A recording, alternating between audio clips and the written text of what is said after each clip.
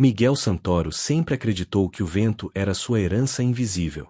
Enquanto outros erguiam prédios ou escavavam montanhas, ele preferira olhar para o horizonte marítimo de Santa Catarina e perguntar: e se eu pudesse prender o vento? Transformará aquela pergunta em império. Primeiro com estaleiros, navios e rotas comerciais.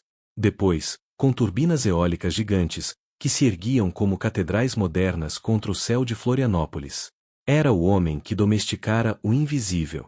Mas naquela manhã de setembro, sentado no consultório de vidro de um hospital à beira-mar, Miguel descobriu que havia um vento que não podia controlar, o da própria respiração. Seu pulmão está em processo degenerativo, explicou o médico, em voz calma demais para a gravidade. Vai progredir. Lentamente, mas vai. Miguel não respondeu. Olhou para a janela, onde as cortinas oscilavam sob uma brisa leve. Até o vento dentro de mim me escapa. Saiu do hospital com o mesmo semblante que sempre usava em reuniões, duro, impassível. Mas ao entrar em sua caminhonete de luxo, parou por um instante, encostou a testa no volante e respirou fundo, sentindo o ar raspar como vidro dentro do peito. Não posso fraquejar. Não agora. Naquela tarde, foi até uma de suas ilhas particulares, onde supervisionava a construção de uma nova base para turbinas offshore. Os engenheiros o cercaram com relatórios, números, cronogramas. Mas Miguel mal os ouviu. O olhar se prendia ao mar, que batia contra as pedras com força imprevisível. Ondas que não pediam permissão. Correntes que não obedeciam ordens. Pela primeira vez, sentiu inveja do mar. Ele seguia seu ritmo, sem medo de acabar. Foi nesse cenário que a viu pela primeira vez. Uma mulher de cabelos escuros presos em trança, pele marcada pelo sol, máscara de mergulho ainda pendurada no pescoço. Caminhava entre caixas de equipamentos como quem está em casa, embora não fosse parte da equipe dele. Quem é ela? Perguntou Miguel a um engenheiro. Marina Duarte. Bióloga marinha. Está liderando um projeto de preservação nos recifes próximos. O engenheiro hesitou. Já tivemos alguns conflitos. Diz que nossas obras ameaçam o ecossistema. Miguel franziu o senho. A mulher se aproximava agora, decidida, sem o menor sinal de reverência. O senhor é Miguel Santoro? Perguntou, olhando nos olhos como quem encara uma força da natureza. Sou. Então precisa ouvir o que vou dizer. O tom era firme, sem rodeios. Se continuar instalando turbinas sem respeitar a área dos recifes, vai destruir séculos de vida em semanas. Miguel sustentou o olhar dela. Estava acostumado a ver medo, bajulação ou interesse nos olhos das pessoas. Mas ali só havia clareza. Os ventos movem o mundo, senhora. Doutora, corrigiu, seca. Doutora Marina Duarte. Muito bem, doutora. Ele sorriu de leve, irônico. Os ventos movem o mundo. Estou apenas aproveitando isso para gerar energia limpa. Não é energia limpa quando mata o que sustenta o oceano, retrucou. O silêncio entre eles se estendeu como correnteza invisível. Nos dias seguintes, Miguel não conseguia tirá-la da cabeça. Havia algo na firmeza de Marina que o incomodava e atraía ao mesmo tempo. Era como vento contrário, resistia, mas também refrescava. Uma semana depois, decidiu procurá-la. Soube que ela mergulhava diariamente em uma enseada protegida. Mandou o barco levá-lo até lá. Quando chegou, viu Marina emergir do mar, ofegante, o rosto molhado refletindo o sol da tarde. Respirava fundo, como se cada fôlego fosse uma celebração. Miguel sentiu o próprio peito apertar. Respirar, para ela, era prazer. Para ele, começava a ser luta. Veio me convencer de que o vento é mais importante que o mar? Perguntou Marina, ainda tirando as nadadeiras. Vim entender por que você luta tanto por algo que não pode controlar. Ela riu, breve. Quem disse que quero controlar? Eu só aprendi a atravessar. Miguel ficou em silêncio. Naquele instante, percebeu que talvez estivesse diante da primeira pessoa capaz de ensinar-lhe o que nem milhões haviam comprado. Que o tempo não se controla, apenas se atravessa. Naquela noite, sentado na varanda de sua casa em Jurerê, escreveu em um caderno que nunca mostrava a ninguém. Hoje conheci uma mulher que respira como o mar, sem medo de acabar. Eu, que pensei ter domado o vento, descubro que o vento dentro de mim me falta. Ela talvez seja a única capaz de me ensinar a atravessar o tempo sem lutar contra ele. Seu nome é Marina, e já me sinto à deriva. Assim começava a última jornada de Miguel Santoro, o dono do vento. Um homem cercado de máquinas e fortuna, mas que, pela primeira vez, sentia que não era ele quem guiava as correntes. Era o vento. Era o mar. Era ela. O vento naquela manhã soprava irregular sobre a baía de Florianópolis. As turbinas, alinhadas como gigantes de ferro, giravam com força desigual, como se lembrassem a Miguel que até mesmo o vento não se deixa domar por inteiro. Ele estava na varanda de seu escritório envidraçado, revisando relatórios, quando recebeu uma mensagem inesperada. Se quiser entender o que realmente ameaça os recifes, venha mergulhar comigo. Amanhã, às 6 horas. Assinada, Marina Duarte. Miguel franziu a testa. Ninguém o convidava, assim, sem formalidades.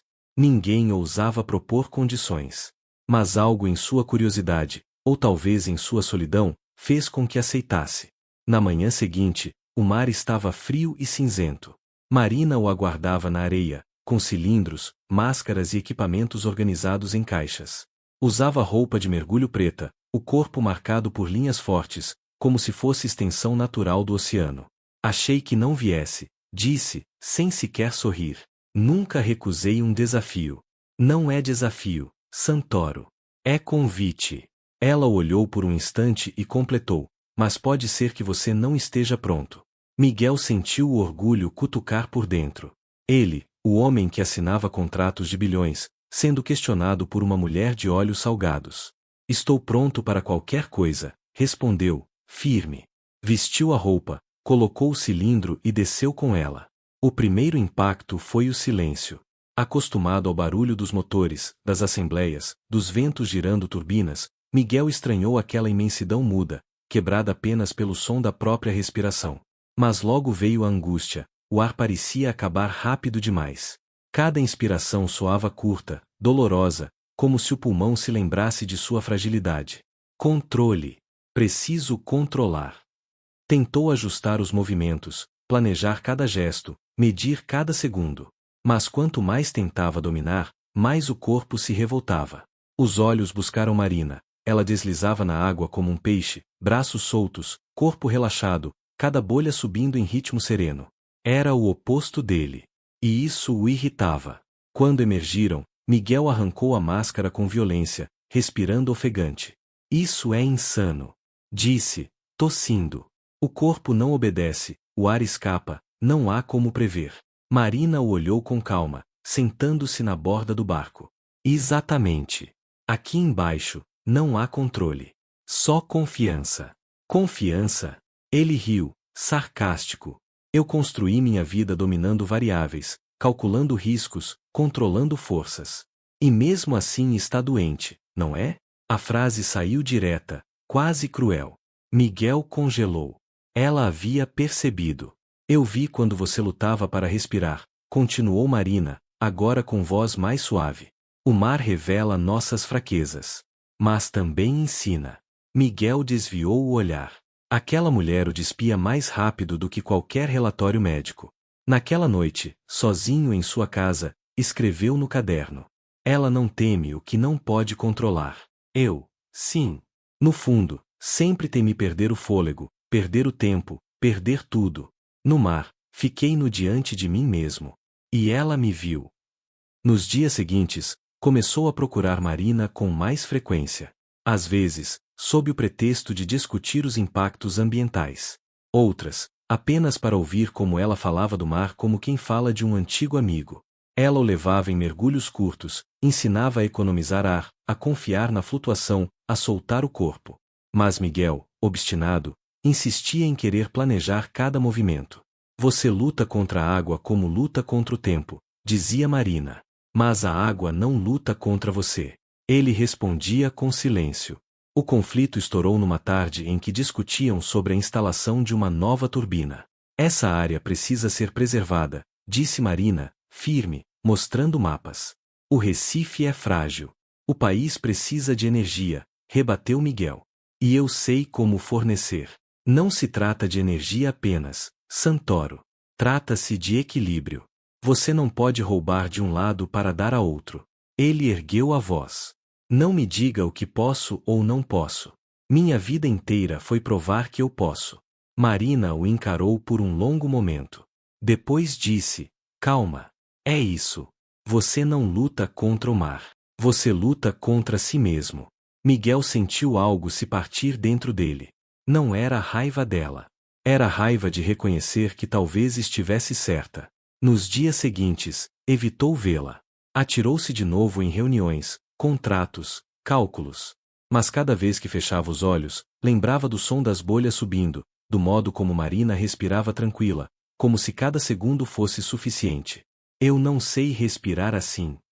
Um fim de tarde, incapaz de resistir, foi até a enseada onde sabia que ela estaria. Encontrou-a sentada na areia, observando o horizonte. Você me vê como um inimigo, disse ele, sem rodeios. Não. Marina desviou os olhos para o mar. Eu o vejo como um homem que ainda não aprendeu a confiar. Confiar em quê? Ela sorriu, melancólica. No vento. No mar. No tempo. Em alguém. Miguel ficou em silêncio. O vento soprava leve, erguendo fios da trança dela. E ele, o dono do vento, sentiu que, pela primeira vez, não queria controlá-lo. Queria apenas estar ali, deixando que soprasse. Naquela noite, escreveu: há correntes que não se veem. Elas puxam para dentro do mar, ou para dentro de nós mesmos. Marina é uma corrente oculta. Eu posso resistir, mas quanto mais luto, mais me arrasto em direção a ela. Assim, Miguel começou a perceber que o maior conflito não estava entre turbinas e recifes, nem entre vento e mar. O conflito estava dentro dele. Entre o homem que queria controlar tudo, e aquele que começava a desejar, desesperadamente, apenas aprender a respirar ao lado dela. O mar estava em silêncio naquela manhã. Não havia barcos, nem gaivotas em excesso, nem vozes na praia. Apenas o som das ondas se quebrando em cadência lenta, como se o oceano respirasse. Marina ajustava seu equipamento com calma, verificando válvulas, testando reguladores. Miguel a observava em silêncio, o coração acelerado. Era a terceira vez que mergulharia com ela, mas a ansiedade parecia maior. Hoje vamos mais fundo, disse Marina, sem levantar o olhar. Quanto? O suficiente para você sentir que o tempo não lhe pertence. Miguel engoliu em seco. Sabia que seus pulmões estavam frágeis, que cada respiração custava mais esforço do que gostaria de admitir. Mas havia algo em Marina que o obrigava a dizer sim. Talvez fosse o orgulho. Talvez fosse o desejo secreto de provar a si mesmo que ainda podia. Estou pronto. Ela ergueu os olhos. Havia ternura misturada à firmeza. Ninguém nunca está pronto. Mas podemos aprender. Desceram juntos, lentamente. A cada metro, a luz diminuía, o azul se tornava mais denso, mais escuro, como se o mar fosse engolindo o mundo. Miguel sentia a pressão apertar os ouvidos, a máscara colada ao rosto, o cilindro como um peso sobre as costas. E, principalmente, sentia o pulmão gritar. Cada inspiração parecia curta demais. Cada expiração, rápida demais. O medo começou a tomar forma. E se o ar acabar? E se eu não voltar? Marina nadava ao lado dele, calma, gestos amplos e soltos, como quem dança com a corrente. Ela fez sinal para que ele desacelerasse. Apontou para o peito e depois para as bolhas que subiam lentamente de sua boca. Respira. Miguel tentou. Inspirou devagar, soltou ainda mais devagar. Mas o corpo não obedecia. O ar parecia escapar, o peito doía. Não vou conseguir. De repente, uma sombra passou acima deles, uma tartaruga marinha, imensa, deslizando com graça. Marina apontou para ela. Miguel a seguiu com os olhos. A tartaruga movia-se sem pressa, cada movimento das nadadeiras suave, quase preguiçoso, mas suficiente para atravessar a imensidão. Ele sentiu algo mudar dentro de si. O animal não lutava. Não controlava. Apenas estava. Miguel fechou os olhos por um instante. Inspirou. Expirou. Lento, como a tartaruga. E, pela primeira vez, não sentiu dor. Continuaram descendo até um recife coberto de corais coloridos, repletos de peixes que dançavam em cardumes prateados. Marina tocou levemente uma pedra, indicando para que ele se aproximasse. Miguel ficou ao lado dela, maravilhado. O silêncio do fundo do mar não era vazio. Era um silêncio cheio, que vibrava. Ali, o tempo parecia suspenso. Não havia contratos, prazos, doenças. Havia apenas o som de bolhas, o coração batendo, o mar envolvendo. Miguel percebeu então que estava respirando devagar, sem esforço. Como se, pela primeira vez, tivesse aprendido a deixar o ar vir e ir. Olhou para Marina. Ela sorria sob a máscara, os olhos brilhando. E ele sentiu uma gratidão tão profunda que quase o fez chorar. Quando emergiram, o sol já iluminava o mar em tons dourados. Miguel retirou a máscara devagar, respirando fundo, mas sem a agonia de antes.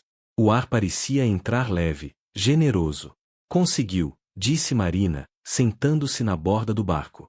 Eu pensei que fosse morrer, confessou ele, rindo nervoso.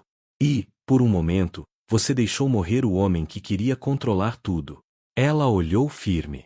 Foi aí que aprendeu a respirar. Miguel ficou em silêncio. Ela estava certa.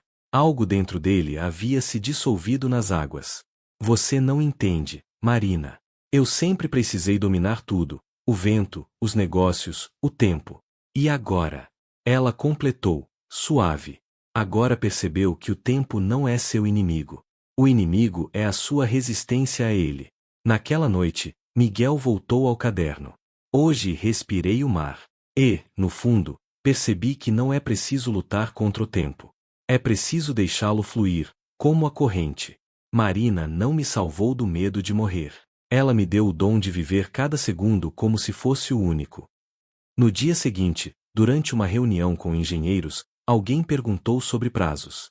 Miguel respondeu diferente do habitual. O mar me ensinou que às vezes não adianta acelerar. Se tentarmos correr mais do que o vento permite, as turbinas quebram. Os engenheiros se entreolharam, surpresos. Era a primeira vez que o ouviram falar assim. Miguel começou a procurar Marina não apenas para mergulhar, mas para conversar. Caminhavam pela praia ao entardecer, falavam sobre corais, tartarugas, sobre infância. Ele contava histórias de quando menino, ainda pobre, pescava com o pai nas praias do sul da ilha. Ela falava de como escolhera o mar porque ali sentia que cada vida, por menor que fosse, tinha valor. Aos poucos, Miguel descobria algo que dinheiro nenhum havia comprado: silêncio partilhado. Não silêncio de ausência, mas de presença. E, no fundo, percebia que já respirava diferente, mesmo fora d'água. O ar não era mais inimigo. Era presente. Certa noite, ao despedir-se, Marina segurou o braço dele e disse: Miguel, o mar me mostrou que você pode aprender. Mas precisa entender, a doença não vai parar só porque você aprendeu a respirar aqui. Ele assentiu. Sério. Sabia disso. Mas dentro dele havia agora uma chama nova, a de não gastar o tempo tentando controlá-lo, mas vivendo. E talvez, apenas talvez, esse fosse o começo de um amor. O relógio de pulso de Miguel era antigo, herdado do pai. O metal já estava gasto, mas o tic-tac ainda pulsava como se fosse coração. Ele raramente o usava. Preferia os cronômetros digitais de suas salas de reunião, os gráficos que calculavam até a velocidade do vento. Mas, naquela manhã, ao acordar na sua casa de Jurerê, Miguel prendeu o relógio no pulso. Queria sentir o tempo bater contra a pele. Quanto ainda me resta? Pensou, ouvindo o ponteiro avançar. Na ilha onde erguia sua nova base de turbinas, o cenário era outro. Homens de capacete, máquinas roncando, concreto subindo sobre o solo de pedras. Era o tipo de obra que sempre o orgulhara, sólida, duradoura, marca deixada no mundo. Mas Marina o observava de braços cruzados, o vento agitando sua trança. Você constrói como se pudesse prender o tempo dentro do cimento, disse, em tom quase de lamento. Eu construo para que algo de mim permaneça. Miguel respondeu sem hesitar. Mas nada do que é contra o tempo permanece. Ele ergueu a voz. E então o que devo fazer? Esperar morrer e deixar o vento levar tudo? Marina caminhou até a beira do mar, onde as ondas batiam contra as rochas. Apontou para os corais, invisíveis dali, mas presentes sob a superfície. Os recifes estão aqui há milhares de anos. Resistiram sem dominar nada. Ela voltou o olhar para ele. A eternidade não se constrói. Se atravessa. Naquela noite, Miguel não conseguiu dormir. O relógio no pulso o incomodava, o tic-tac parecia gritar no silêncio do quarto. Cada segundo soava como um aviso: você está acabando. Saiu de casa e dirigiu até a ilha. Sozinho, caminhou pelo canteiro de obras abandonado, iluminado apenas pela lua. O mar batia forte. O vento era irregular. De repente, a engrenagem de uma máquina girou sozinha, movida pelo vento noturno. Miguel parou, observando. O vento não precisava dele para existir. A ilha não precisava dele para resistir. O mar não precisava de sua assinatura para continuar. Talvez eu não esteja construindo para o mundo. Estou construindo contra o medo de desaparecer. Na manhã seguinte, Marina o encontrou no cais. Ele estava sentado, com o relógio na mão, girando entre os dedos. Esse relógio foi do meu pai. Ele pescava em barcos pequenos. Sempre dizia que o tempo do mar não é o do homem.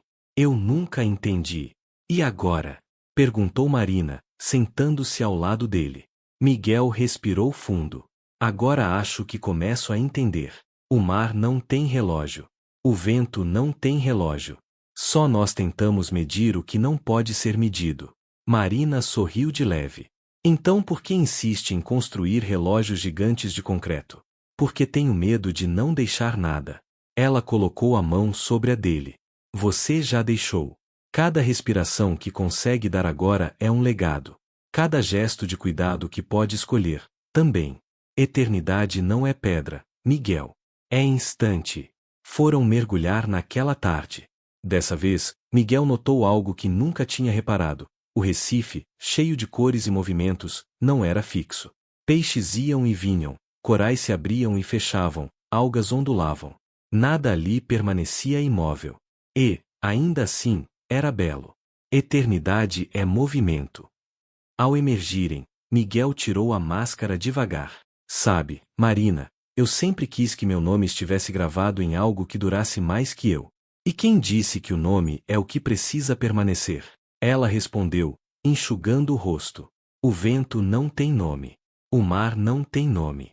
E, mesmo assim, são eternos. Ele a olhou longamente. E pela primeira vez, percebeu que não queria gravar o próprio nome em pedra. Queria gravar na memória dela. Naquela noite, escreveu em seu caderno. Passei a vida construindo relógios que ninguém pediu. Hoje entendi que o tempo verdadeiro não cabe em engrenagens. A ilha não é minha. O vento não é meu. Nem mesmo meu corpo é meu.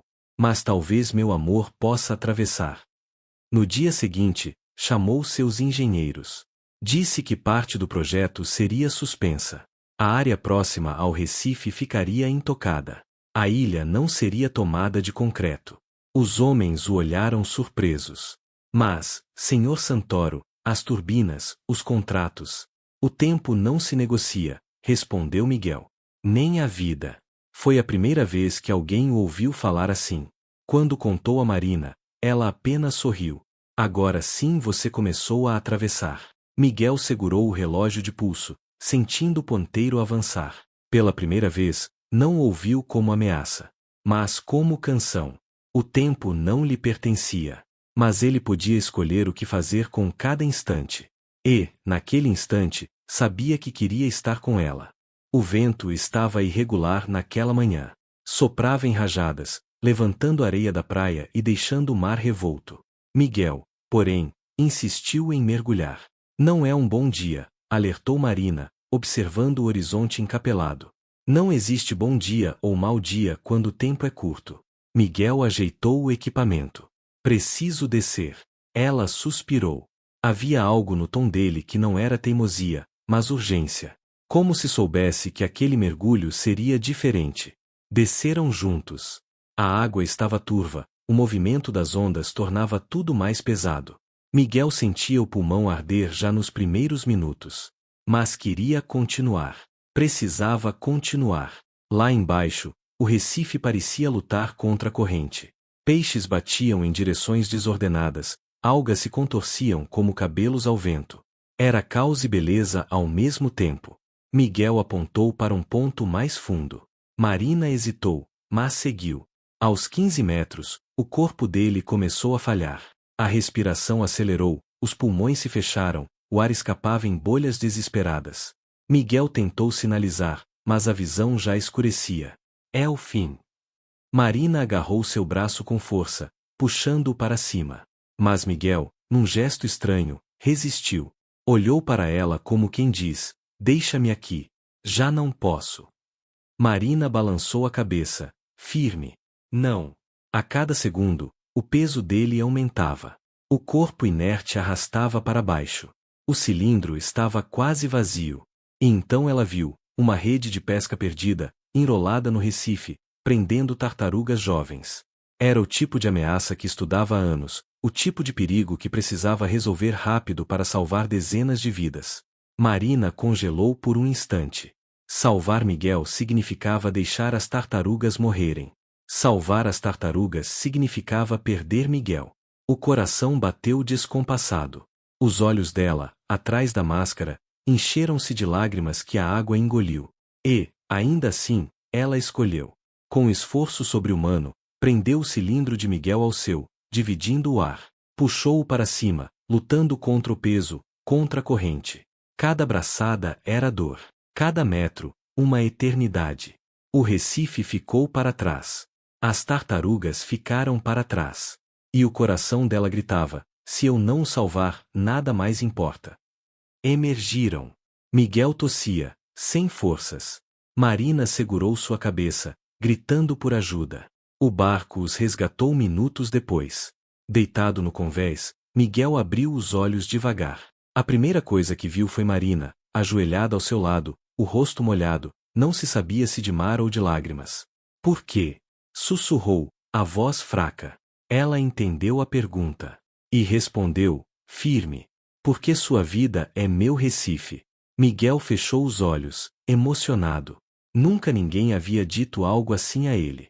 Toda sua fortuna, seus prédios, suas turbinas, nada valia tanto quanto aquelas palavras. Eu não merecia. A voz dele era um fio. Não se trata de merecer. Marina segurou sua mão. Se trata de escolher. E eu escolhi você. Nos dias seguintes, Miguel ficou em repouso. A crise deixará marcas profundas. O médico foi claro. Precisa aceitar que seu corpo não tem mais controle. Cada esforço pode ser o último. Miguel apenas ouviu. Por dentro, havia algo novo, gratidão. E também medo. Não do fim, mas de não ter tempo suficiente para dizer tudo o que queria a Marina. Numa noite silenciosa, chamou-a até sua casa. Sentaram-se na varanda, o vento soprando leve. Você sacrificou as tartarugas por mim, disse ele, sem rodeios. Eu não as abandonei. Já mandei uma equipe cuidar do Recife. Mas naquele instante, Miguel, você era a vida que eu precisava salvar. Ele respirou fundo, o ar ainda pesado, mas carregado de emoção. Passei a vida acreditando que podia controlar o tempo. E quando descobri que não podia, tentei deixar monumentos, turbinas, ilhas. Mas nada disso importa. O que importa é que alguém, um dia, escolha ficar ao meu lado. Marina sorriu, os olhos marejados. Eu já escolhi. Miguel a olhou longamente. E, pela primeira vez, sentiu que não precisava de mais nada além daquele instante. Na mesma noite, escreveu em seu caderno: hoje perdi o ar. E ela me devolveu a vida. O último fôlego pode chegar a qualquer momento. Mas se for ao lado dela, será suficiente. Descobri que não quero eternidade. Quero presença. A respiração de Miguel já não era a mesma. Cada fôlego parecia um esforço medido, como se os pulmões marcassem sua própria contagem regressiva. Ainda assim, ele insistia em acordar cedo, abrir a varanda e sentir o vento entrar. Está me ensinando a ouvir melhor que qualquer médico, disse certa manhã, enquanto Marina preparava café. Quem? Ela perguntou, rindo. O vento. Respondeu, olhando para o mar. Ele me diz que não é preciso pressa, nem medo, apenas presença. As semanas passaram. O projeto da ilha estava suspenso, e Miguel não sentia remorso. Pela primeira vez, aceitava não ser necessário. Seu tempo era gasto em coisas simples: caminhar devagar pela areia, cozinhar junto de Marina, mergulhar apenas quando o corpo permitia. E, sobretudo, escrever. No caderno, suas páginas se enchiam de frases curtas, quase poemas. Se o vento é invisível, mas move tudo, o amor também é. O instante é a única eternidade que temos. Marina é meu farol e meu naufrágio. Numa tarde calma, decidiram subir até um mirante escondido na ilha. Era uma trilha curta, mas íngreme. Miguel parava de tempos em tempos, ofegante, e Marina esperava em silêncio, sem apressá-lo. Quando chegaram ao topo, viram o mar se estender em todas as direções. O vento soprava forte, mas não como ameaça, como canção. Miguel segurou a mão de Marina. Sabe o que é mais bonito? Disse, olhando o horizonte. O mar nunca é igual, mas continua sendo o mesmo. É mudança constante, mas não deixa de ser mar. Como você? Marina respondeu. Mudou tanto, mas continua sendo você. Ele sorriu, emocionado. E você continua sendo a parte de mim que nunca muda. Naquela noite, Miguel acordou com falta de ar mais forte que o normal. O relógio na mesa marcava 3 da manhã. Marina, ao lado dele, despertou assustada com a respiração falha. Quer que eu chame o médico? Perguntou, aflita. Miguel negou com a cabeça. Não. Fica só comigo. Ela se deitou ao seu lado, abraçando-o. O vento entrou pela janela aberta, balançando as cortinas como ondas. Miguel fechou os olhos. Marina, disse com a voz entrecortada. Eu achava que precisava vencer o tempo. Mas agora sei que o tempo nunca foi inimigo. O inimigo era meu medo de não ser lembrado. Ela acariciou seu rosto. Você já é lembrança em mim. E isso é eterno. O silêncio os envolveu. O vento continuava soprando, constante. Miguel respirava com dificuldade, mas sentia paz. Se esse for meu último suspiro, murmurou, quero que seja com você. Marina apertou sua mão, firme. Não importa se é o último ou o primeiro. Estou com você em todos. E, por alguns minutos, ficaram assim, 2 corpos colados, 2 respirações tentando se encontrar, 2 corações batendo em descompasso e harmonia ao mesmo tempo. Miguel não partiu naquela noite. Mas algo nele mudou.